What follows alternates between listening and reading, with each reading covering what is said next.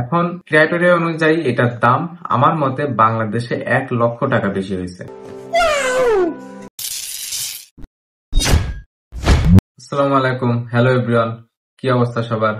আশা করি সবাই ভালো আছেন। Welcome to rider 80।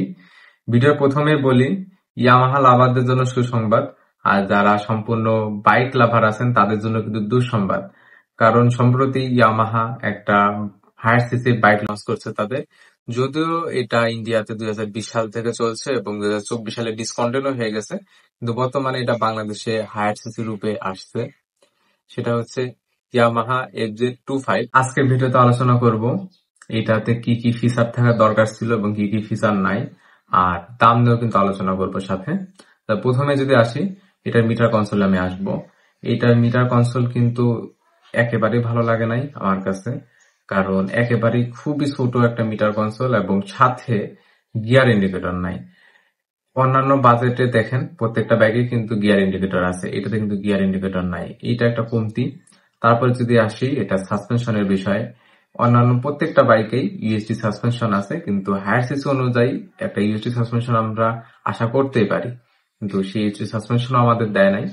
তারপরে যদি আমরা আসি, তারপরে এইটার পাওয়ার এবং টর্ক নিয়ে কথা বলবো। যতগুলো হায়ার সিসি আছে প্রত্যেকটারই পাওয়ার এবং টর্ক যথেষ্ট পরিমাণে, কিন্তু এটাতে সর্বনিম্ন পর্যায়ের টর্ক এবং পাওয়ার দিছে। এখন একটা হায়ার সিসি আপনি কেন চালাবেন? অবশ্যই টর্ক এবং পাওয়ার একটু বেশি ফিল করার জন্য। এটার পাওয়ার এবং টর্ক যদি আমি উল্লেখ করে কথা বলি, সেক্ষেত্রে এটা পাওয়ার প্রডিউস করে 8000 আরপিএম এ 20.52 বিএসপি এবং ম্যাক্সিমাম টর্ক উৎপন্ন করে 6000 আরপিএম এ 20.1 নিউটন মিটার, যেটা অন্যান্য যতগুলো বাইক আছে সেগুলোর সাথে তুলনা করলে সর্বনিম্ন টর্ক এবং পাওয়ার প্রডিউস করছে। তারপরে এটা এলইডি সেটআপের বিষয়ে আসি।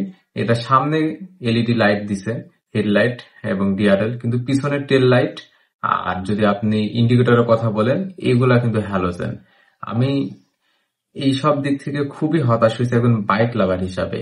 এখন যদি এই বাইকটার দাম নিয়ে আমরা আলোচনা করি, তাহলে আমাকে একটু গোড়ার দিকে যাইতে হবে বা অন্যান্য হায়ার সিসির ক্ষেত্রে ঢুকতে হবে। সেক্ষেত্রে আমি শুরু করি জিক্সার 250 নিয়ে।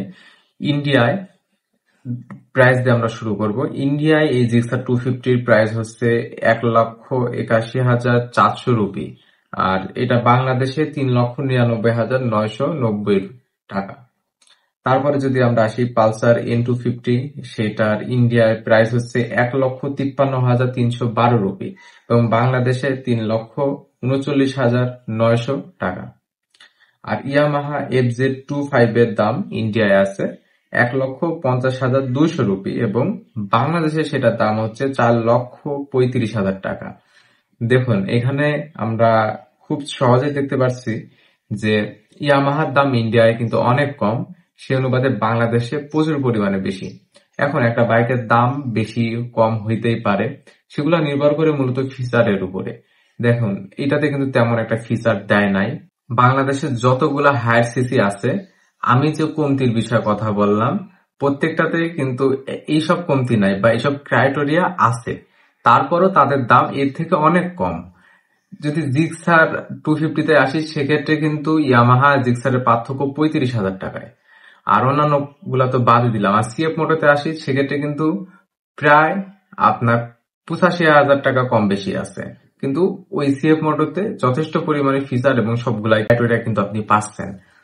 এখন ক্রাইটেরিয়া অনুযায়ী এটার দাম আমার মতে বাংলাদেশে 1 লক্ষ টাকা বেশি হয়েছে।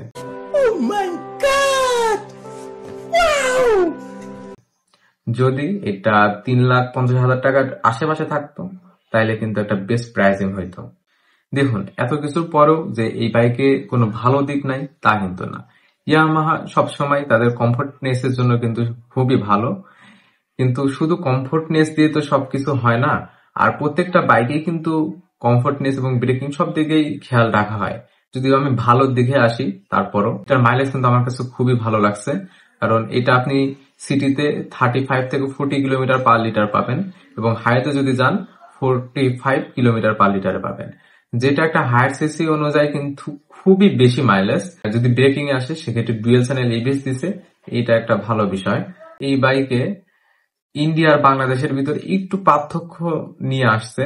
সেটা হচ্ছে যে এইটার ডিজাইন কিন্তু ইন্ডিয়া একরকম, বাংলাদেশে একটু অন্যরকম ভাবে নিয়ে আসছে, হয়তো বাকি তাদের আকর্ষণীয় করার জন্য।